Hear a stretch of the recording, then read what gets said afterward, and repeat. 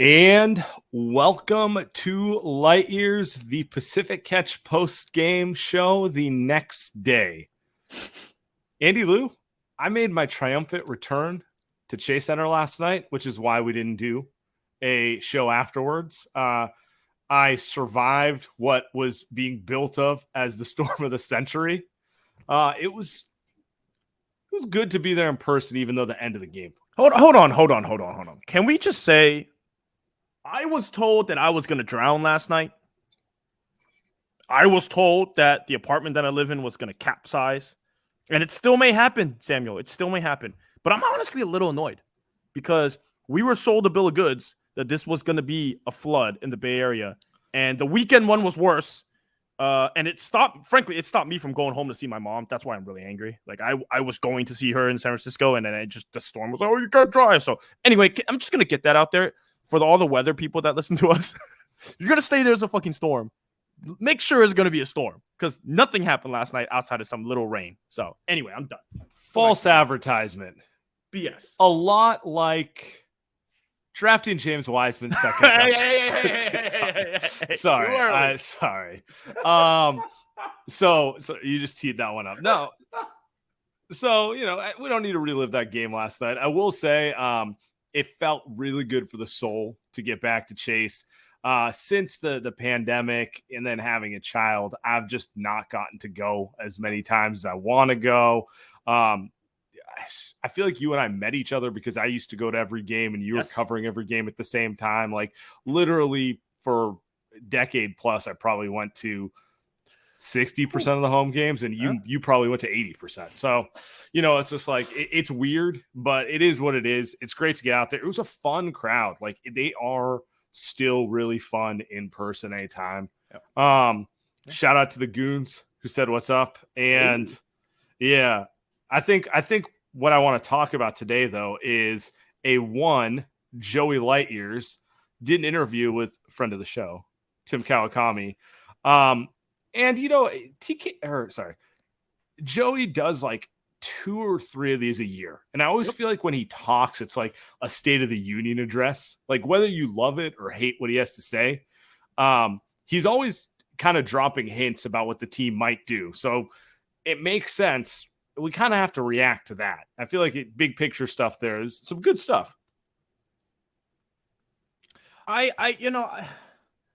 Joey is going to sell, and we're going to get into the nitty gritty, Sam. But my overarching thought on the 30 minutes they did with TK was, he doesn't sound as energetic as he used to. We're going to get into all the topics. He just doesn't. And that's my thought. Like that's my one sentence. He doesn't sound as energetic. I kind of thought he sounded subdued too. And to me, it felt like, and I could be wrong, it felt like he'd heard it from PR. Yes. To chill out a little bit with the salesmanship a little bit, or just like it was very, I guess what I would say is very measured. I'm used to him being like Vince McMahon up there and just like bombastic. He's a little crazy, right? Yeah. He sounded like Bob Myers a little bit. I don't know. I don't know if it's the He just looked at the tax bill and he's like, fucking again, another year. Feels like he's getting worn down a little bit. He's taking a lot of flack, and I think he listens to what the fans have to say. He might even listen to the show. And for sources, he calls in under a pen name in the voicemail segment. Great, voice changer. I think it's been a long few months for Joey Lightyears. Even though the Warriors won a championship, he's always as stressed out as possible. So anyway, let's get to it. I thought he sounded a little non-makeup like. He did start though with textbook Lacob bombastic take. So we're going to start with that before getting to more of what you were talking about. And I'm just going to play it back for us. We had, honestly, the best roster from a talent and depth of talent perspective that we have ever had. Let that sink in. I know a lot of people don't agree with it. Yeah, you had a guy named Kevin Durant. I know. Thanks, Tim. But that's at the top. Mm-hmm. I think we were better at the top. You're obviously if you had Kevin Durant, but depth of talent. In other words, all the way through the roster, I think we were talented. Doesn't mean experienced. Doesn't mean that they're going to play together well. Doesn't mean we had, honestly, Oh, that was just, I mean, I love it. He's like, yeah, we had KD, but the depth, now we have Anthony Lamb. Now we got Ty Jerome. 1 through 17, we're deeper. Completely ridiculous and let that inaccurate sink statement. Well, he knew what everyone was going to say. And it's funny because he's wrong on levels that's not just KD. He's wrong comparing it to 14, 15, and 16, 17. He's wrong. Like, it's just, it is not deeper or better. Like, what does talent even mean? Existential. It's such a thing that, like, is Sean Livingston less talented than Moses Moody and Kuminga? I would think he's actually more talented. He's better. He's better as a basketball player. Talent doesn't mean anything. Those guys have done nothing. So what does talent even mean? Anyway, that was my big thing. It's funny. It's like, is talent just because Kuminga can jump really high and Wiseman's really tall? Does that count as talent? Because if that's the case, sure. I think it's those guys, though. That's what he means. It's those guys. Right? Of course. It's not Ty Jerome, although Ty Jerome is becoming a light years legend. Yeah. I think everyone. Yeah. Anyway, I love Ty Jerome.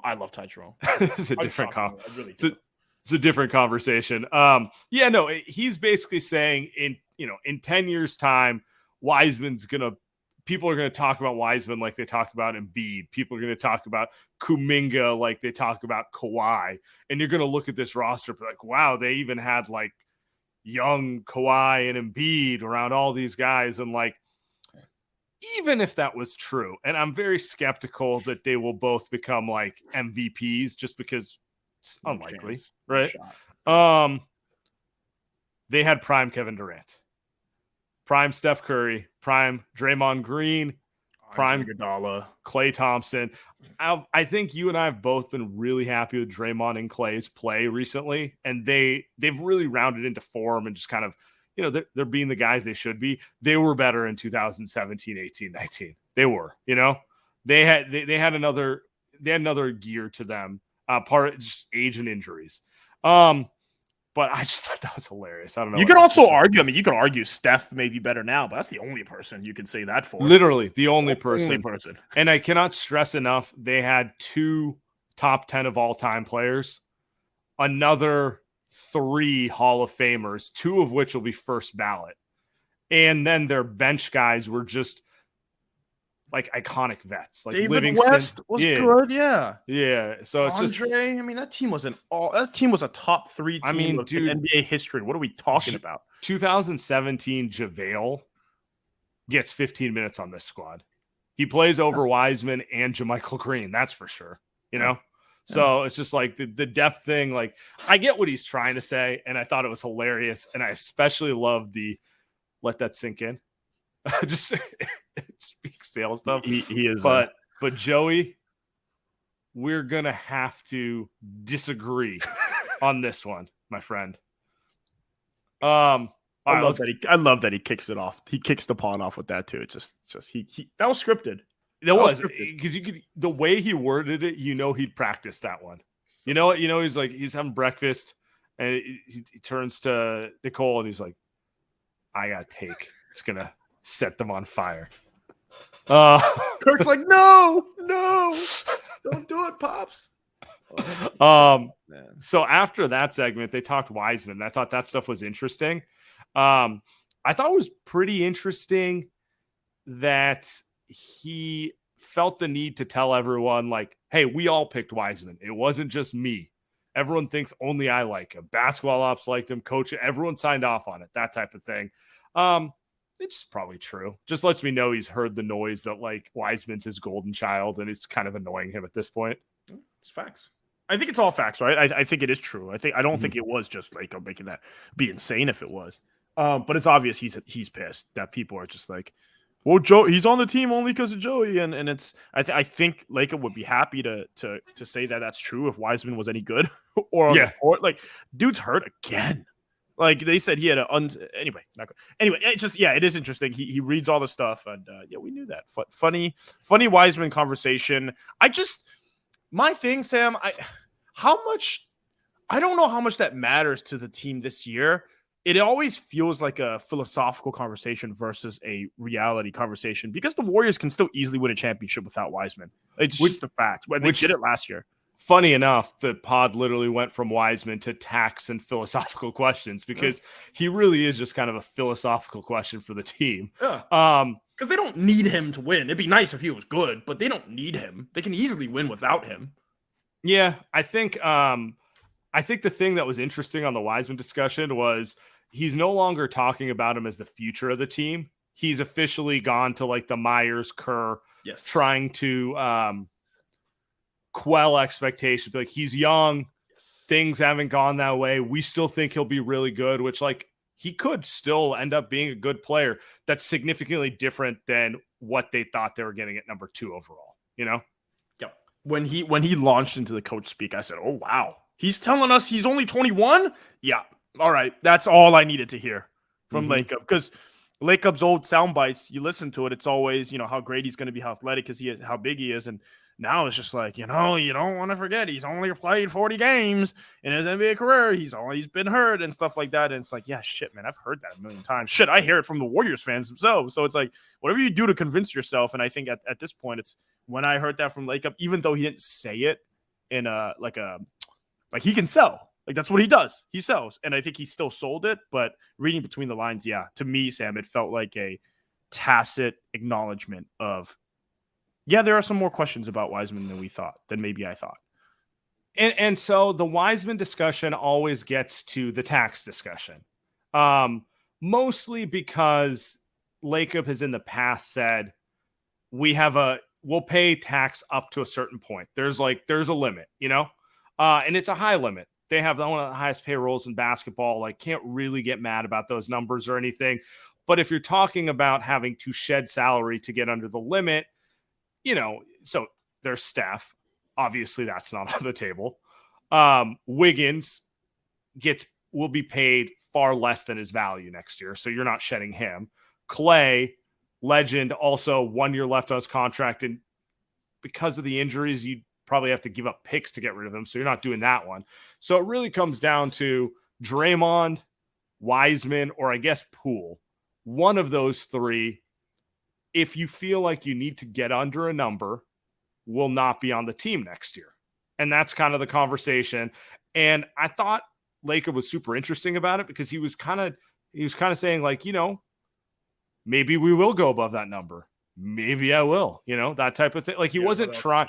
It felt like a leverage thing. He's just like, because exactly what's going on. They're considering maybe trading Wiseman to save money, maybe. But if everyone knows that they have to do that, they're going to get, dog shit offers.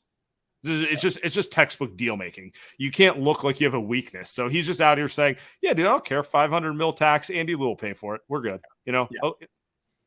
Yeah, I think that's right. It's also, it is interesting that he said, like, hey, we may have to. I mean, the last time they talked, he said he won't go over a certain amount, like flat out wouldn't do it. And I thought that was interesting. I was like, why would you say that? And so him kind of walking that backwards this time, saying that they may or may not do it, that's more what I expected from them. I never believed, Sam, like, I'll be honest with you, I never believed that they had an upper limit. Like, they could, it wouldn't surprise me if Wiseman was on the team next year and Draymond was too. Like, it wouldn't surprise me. It would not. Like, I don't think it's a, hey, we need to keep it at 400 million. I don't think that's the case. Now, do I think it's likely? Maybe not, probably not, especially not if they lose in the second round or something like that. But I do think that, like, Lacob, he did, and he did say that a little bit. He kind of said, like, as long as we're contending, we'll pay more tax. If, like you said, if they fall in the second round, he might reassess his opinion on that stuff, right? And he knows too, like, we're not even talking about this year. Next year, are you contending without Draymond? Like, if Draymond's off the team, then you put yourself in the situation where now you're not making money because of the tax. You trade Draymond to get under the tax more, but now you're also not winning. So you actually just cut yourself off at these 3 separate times. And so, which leads me to believe, reading between the lines, if they were willing to spend a certain amount and still try to win, that Wiseman's gone either at this trade deadline or in the summer, right? Like, that's the only option that makes sense for them to still make money and still cut some of that tax bill. It's the only thing.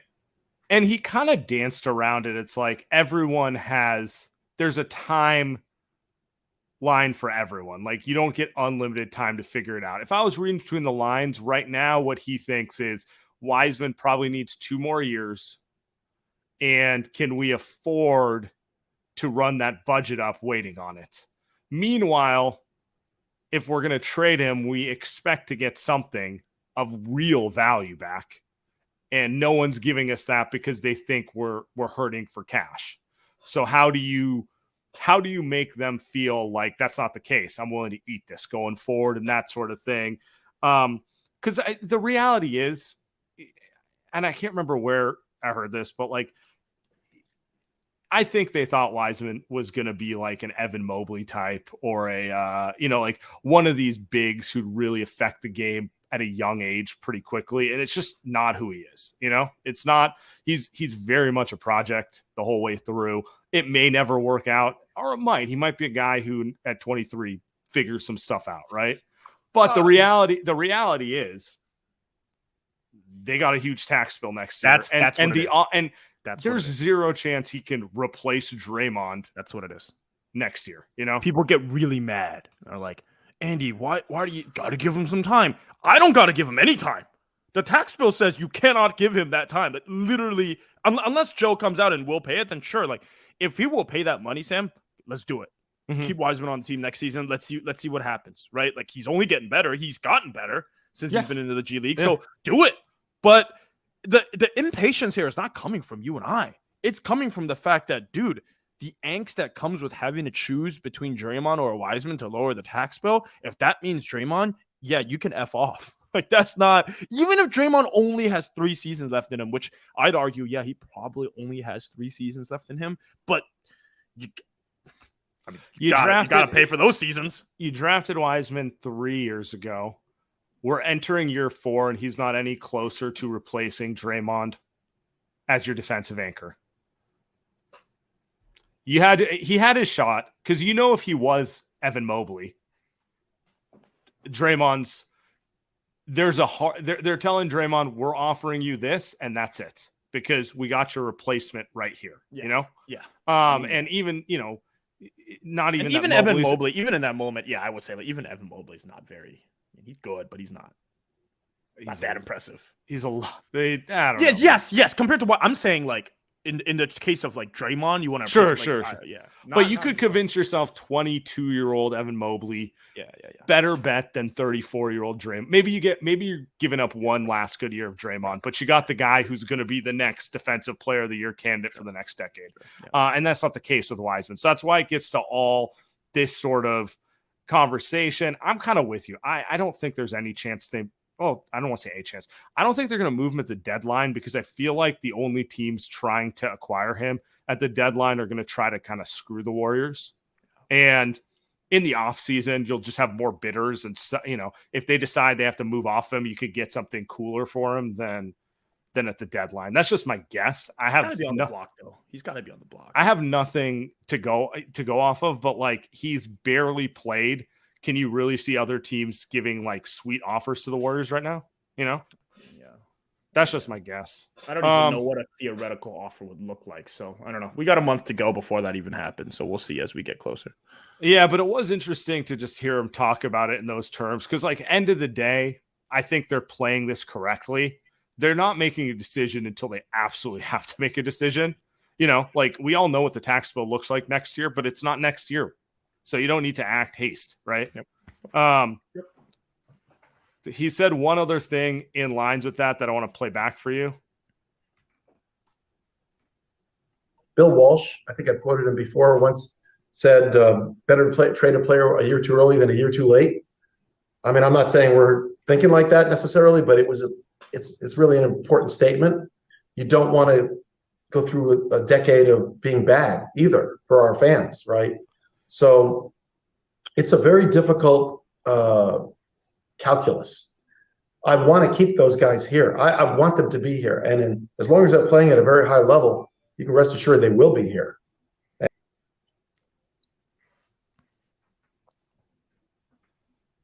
So he goes on to talk about how, in a perfect world, they'll re-sign.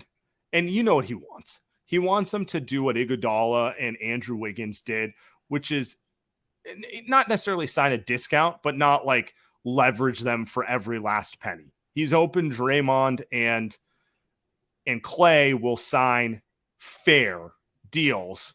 You know, maybe someone like a Minnesota throws like a higher offer, but they're like, come on, man, is it really worth leaving over, 5% more, that type of thing, and that allows him to have more money for young guys and that sort of thing. It's what Wiggins did. It's not what Andre did, right? Because the Kings did offer Andre more, but the Warriors matched, right? Which was he got, if I remember, they had to throw it first to get rid of that last year of Andre.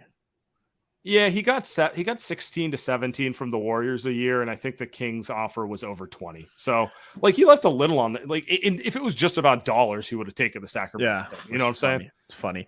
And then Wiggins obviously took less, and same thing. He could have waited till the offseason and found a team who's going to offer him 35 instead of 27. I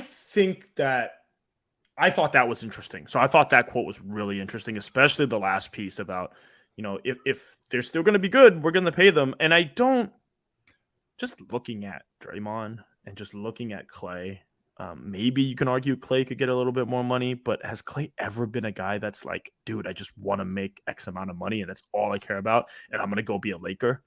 And like Draymond, for everything that he's been, he seemed like a guy that's like, I'm just going to go get the most amount of money and play for kind of a shitty team. Like, Draymond has literally said, I don't like playing basketball if I'm not contending. Like, I just don't like it. I'm going to get tossed out of games. And Klay looks like at this point in his career, he seems like he's going through a lot mentally, but he does at least seem like some where it's just like, man, the only thing that matters to me now is only championships and playing playoff games. So, Sam, I may be just saying that because it makes me feel better and I'm selling it to myself, but it does feel like those guys are going to do something similar to Wiggins. Steph is different. I mean, Steph is better than everyone, so he gets paid the most no matter what, right? So, and then Jordan Poole is different because he's never gotten paid. And so, but even Jordan Poole, I mean, he mentioned Jordan Poole would have got more money in the summer, and as frustrating as Poole's play is right now, he's right. Jordan Poole would have got maxed. D'Angelo Russell got maxed. Literally, if a young guard with that type of talent hits restricted free, there's someone's going to throw the max and be like, figure it out, Fuck it. Yep. So like they saved some money on that deal relative, or basically it was just like, he took a little less for the certainty of,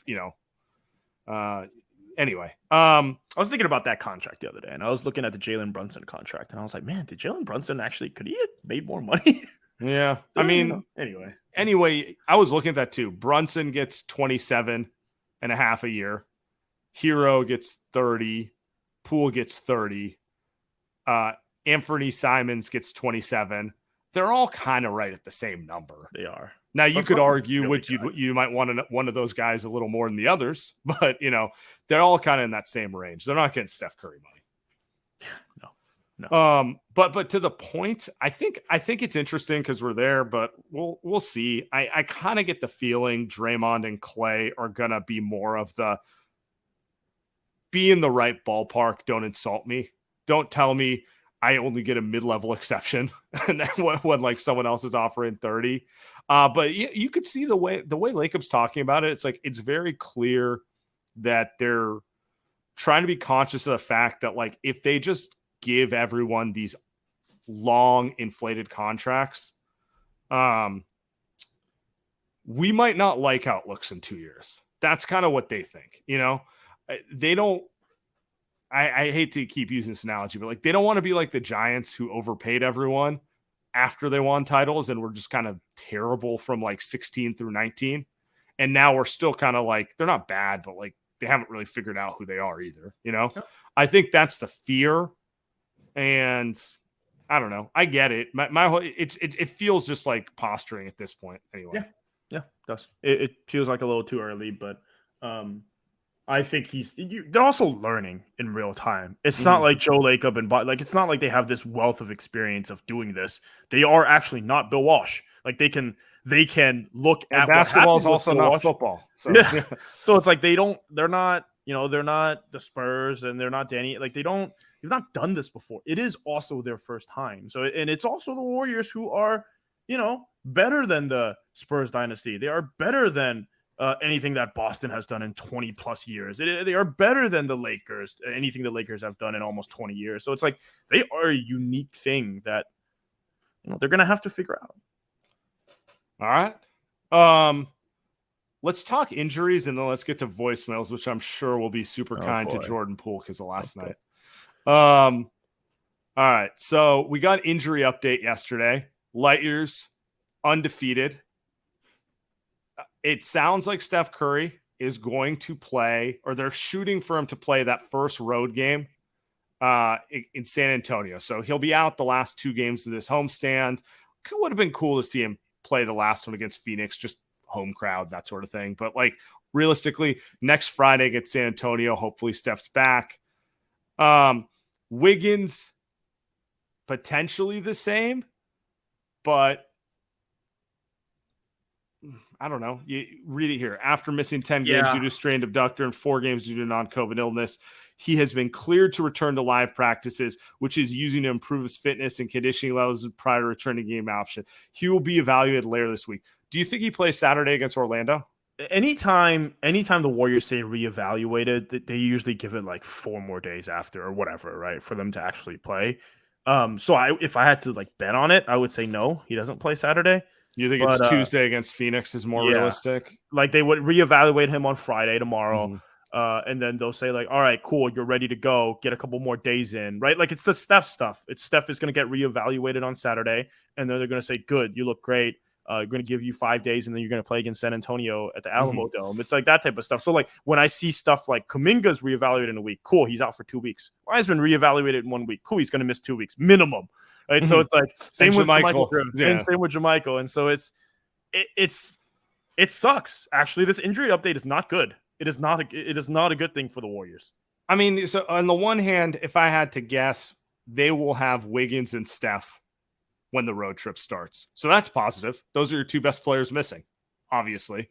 But like you said, Kuminga, Wiseman, and even Jamichael reevaluated in a week means I would be surprised if they played the first road game Friday in San Antonio, so 10 days from now or 9 days from now.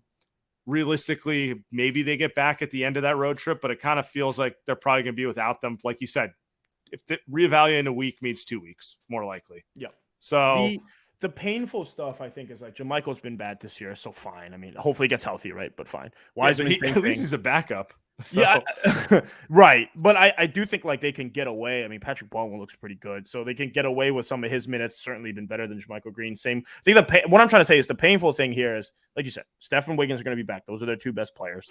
So they'll be back. But the painful one is Kuminga, right? It's like they need some more depth. They need to lengthen the lineup a little bit. So he's one guy where it's like, can you keep getting away with Baldwin and Lamb and maybe even Moody a little bit? Like, those guys look okay sometimes, and then sometimes they don't, right? They all have their flaws, and Kuminga does too, but he was playing pretty well, especially that defensively. One. I feel like the Kuminga one also hurts because his development's the most important thing this season. He's going to play in the playoffs. Yeah. He was finally he's had a good month individually. He found a role on this team. He needs the games.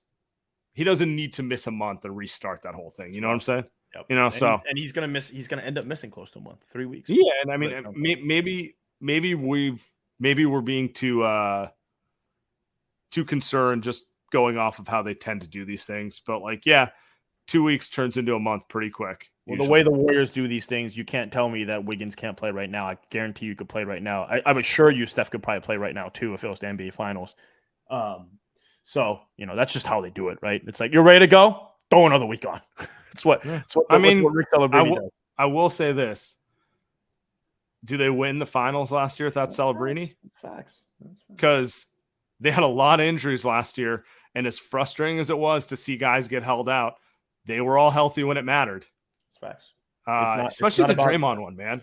The way they managed that back thing he was limited, but at least he was out there. They don't win if he's not out there. I got to be careful with Draymond right now. Yeah. Too. I mean, it's just a scary one right now. Everyone's talking about it, but it's a back problem, and he's out there. He looks great.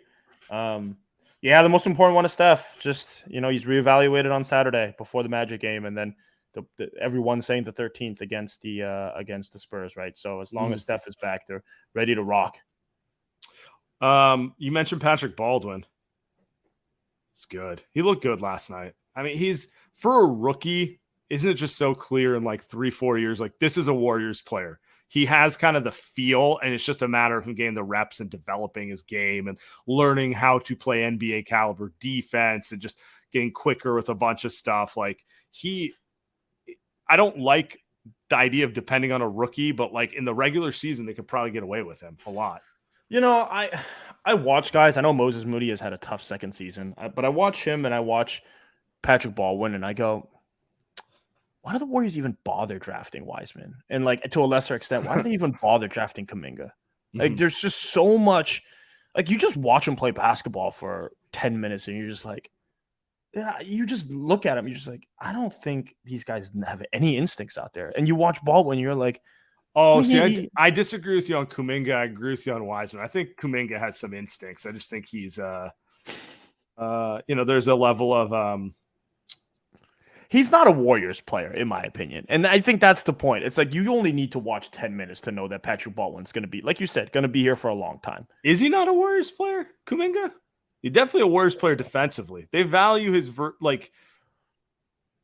I'm not saying he's not going to work out. I just think he's a guy that they've got to. It's like Jordan Poole. Jordan Poole is not really a Warriors type of player, but he worked out because he brings a unique skill set that the Warriors have never had, and he is valuable. He is objectively valuable, which is what I think Kuminga is going to be. He is valuable, but offensively, you're going to tell me he can't shoot. Like the shooting has to come around. He just reminds me a lot of Wiggins in the sense of they think they can mold a versatile defensive wing into figuring out something on offense. And the thing about the Warriors defensively is not that they're athletic and long. It's that they're smart.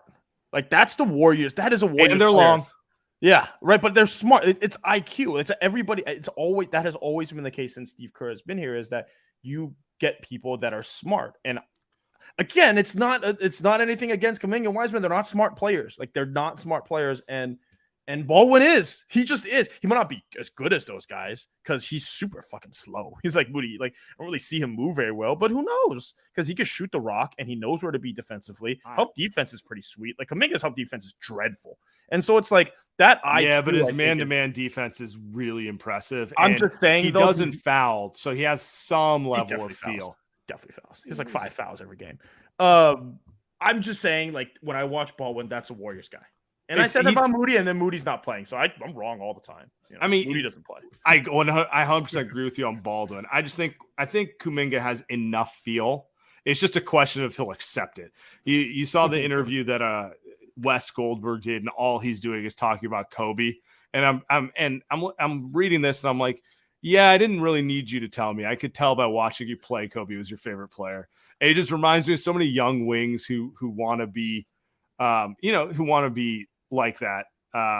And we see it all over the NBA. I mean, it's all over the NBA. I mean, Jalen Green, who I was not a fan of, he's not having a good second year. I mean, because like Houston's just not a place where you can learn how to play smart basketball. You see what Ed Gordon said the other day, right? Like he's just like, we don't get better at anything. So it's probably a good spot for Kuminga, but at the same time, it's a hard spot for Kuminga. Again, I actually like him. I just meant when you compare him to Patrick Baldwin in terms of IQ, it is. Yeah, no. Baldwin's a player that Steve Kerr is gonna put the ball in his hands to be like a facilitator, operate with like those dribble handoffs that like Looney does, some of that stuff, right? Kuminga, he's gonna have to work for it before Steve lets him do anything other than cut off ball. So and that's fine. That's fine. I mean, it's like if he defends and cuts off ball, like he's valuable to this team. They tried to pigeonhole the Kuminga Wiseman pairing 4-5 together, and it like didn't work. I never thought it would work. Neither of us did. that was pretty obvious. It was not gonna work. It was like, no, it's not gonna work. It might work 4 years from now. But hey, can you imagine a Kuminga Baldwin pairing? Like that's something that's possible because the kid's tall and long. I think you said Baldwin has a 7'3" wingspan. Like he may be able to get away with some 5, and then Kuminga is gonna be at the 4. Now you got some shooting next to him. Like that works out. I saw him at Summer League, but he didn't play in the games I saw. This is the first time I've seen him, and I thought he was huge when I saw him in Summer League. First time I've seen him play in an NBA game. I think he's taller than Looney. Like he's like Looney's obviously thicker because he's like, he's put on muscle and all that sort of stuff. But I'm like, dude, he's like kind of the same size as Looney. Like he is not a small guy by any stretch of the imagination. He will end up being a 5. He'll end up being a 4-5, even though he's a wing. And he can really shoot it. So like, yeah, I agree with you. It's like perfect set. Makes perfect sense. Kuminga is an athletic point of attack defender. Baldwin could be that like smart, high IQ, like big man behind him. Yeah, feels like Warriors basketball. That really does. Like that. Now we're talking, right? So let's get to some voicemails. You guys called. We appreciate everyone who calls. You called after the game. We didn't record. Go listen to it now. I have a sneaky suspicion A1 Jordan Poole may not like these calls. Jordan Poole is on some bullshit for real. Anyways, I'm sure you guys will be getting a ton of calls about Jordan. So let me ask you this. Would you guys rather have Harrison Barnes or Anthony Lamb in the 2016 finals? Oh my God. Where did that come from? The misdirection. Hold the misdirection. I thought he was going to ask us if we'd like trade him for something like that, but no. Obviously Anthony Lamb. Oh God. Come on, man. Big shot maker. You guys aren't ready for playoff Lamb. Just taking teams' hearts away by hitting corner threes with. I don't really understand the form, but it seems to go in at a high clip. Yeah, he's awful defensively. So there's that. But dude, he can get to the hole randomly. He just head down and just finishes with either hand and hangs in the air a little bit, even though he can't jump. It is pretty impressive. I'd rather have Harry B. So let's move on to the next one. Come on, let's be serious. Hey guys, damn it! This is RJ. Sorry, this is RJ. Fuck Isaiah Stewart. No wonder LeBron hit him in the fucking face last year. Wow. Fuck Jordan Poole. Ooh. How the fuck do you lose the ball? We wouldn't even have to have been in that situation where Sadiq Bey makes that stupid shot. Anyway, that's all I got. Thanks for you guys' work. All right. All right. God, that turnover from Poole, frustration would be an understatement just because he's been turning it over like a maniac the last month. You know what I'm saying? Are we doing this now? Or do you want to do it after the next three voicemails? Yeah, let's go to the next one. I've never listened to it. Let's go to the next three. Kyle from Windsor, long-time listener, first-time caller. Hope you take my call. I just have one really quick hot take. Maybe I've been, infected by the fits, but what's with these 2-for-1s? What's the point? What's the point in going for 2-for-1 if you're going to get a 30-foot leaning three and a half-court heave?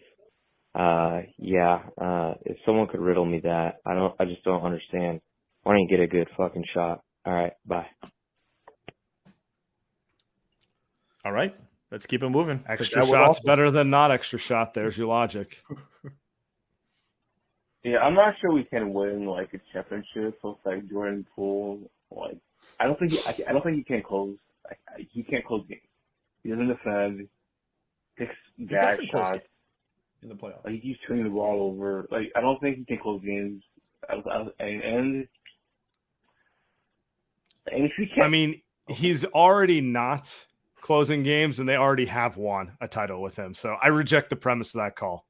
I agree. We're probably not going to win a championship with Jordan Poole as the best player. Good thing the Warriors don't have to do that, He's like their fifth best. Let's keep moving. Long-time listener, first-time caller.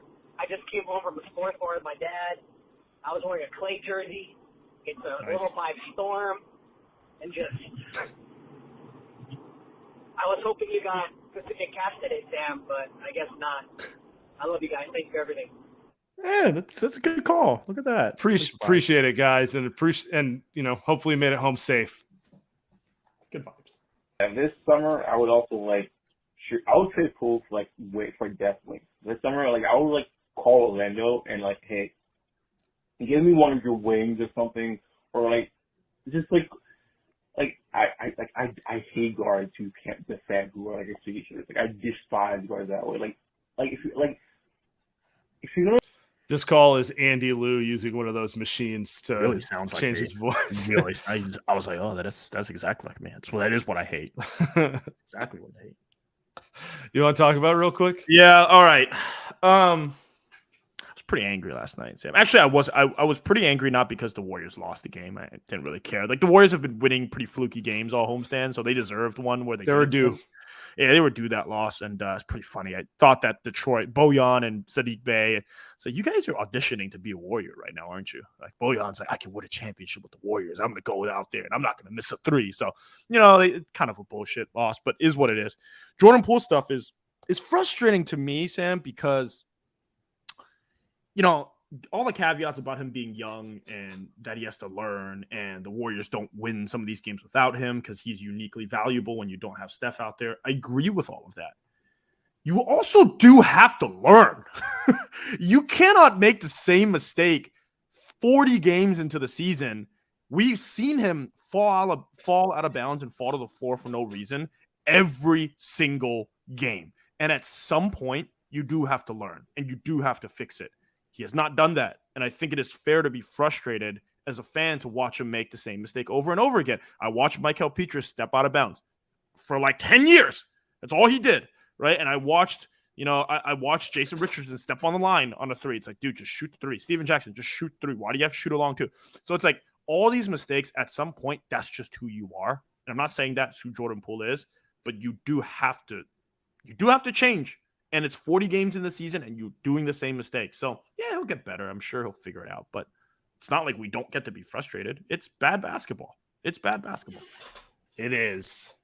How many more times is JP going to slip before he realizes what he's actually doing on the court? Oh, my God, dude. That just was terrible to watch. And then an amazing clutch three by Klay just so freaking Sadiq Bey can make a three-pointer at the buzzer. Dude's like a 32% three-point shooter. Done! Oh, that was Sadiq Bey, by the way. He's been a favorite trade target. He's had a terrible season for Detroit, but I think anyone who saw him previously feels like there's a Warriors player inside there, just the wing versatility with a little bit of a jumper, even though it doesn't go in as much as you want. Showing out for Bob Myers last night. 100%. Would be a good fit on the Warriors. I don't know if they do it, but buy low. Yo, guys, Aaron Lau again.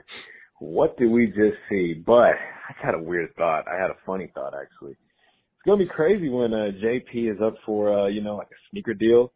And, like, how do you even give this guy a shoe? Like, dude, like, I'm never buying those Nikes he's wearing.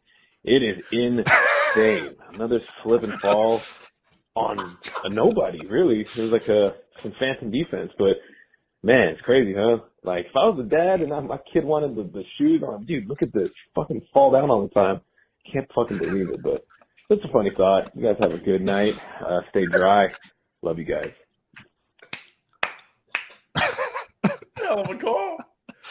He brings up a good point. I have a son. What do I do if he asks for the Jordan Pooles? Do you think Nike puts the ocean waves at the bottom? You think a kid would like that? He puts the ocean water at the bottom, the flood. He puts a little rain there. Just like my son comes to me or daughter. I don't have either. It's like, you could tear your ACL in those, man. Like, be careful. You don't want to. We gotta get you some LeBrons. They might not be the prettiest shoes, but you'll stay healthy. Have you seen the new? I'm actually trying to get the new LeBrons for the listeners. Yeah, if you guys have a plug or something, I think those are like sold out. Or you know what I want, the pink purple ones. Anyway, they look cool. I think they're like sold out everywhere. So if people can send over a link, tweet it over. It'd be great to grab a pair. I know it goes against the Warriors fan, right? But I've heard those shoes are super comfortable. So what can you do? I like Kyrie's too, Sam. I like Kyrie's. They're comfortable. They are. Maybe not anymore. All right, let's get moving. He has like the most popular Nike shoe, so it's not. It does. It is what it is. Anyway, we'll end it here. Appreciate everyone.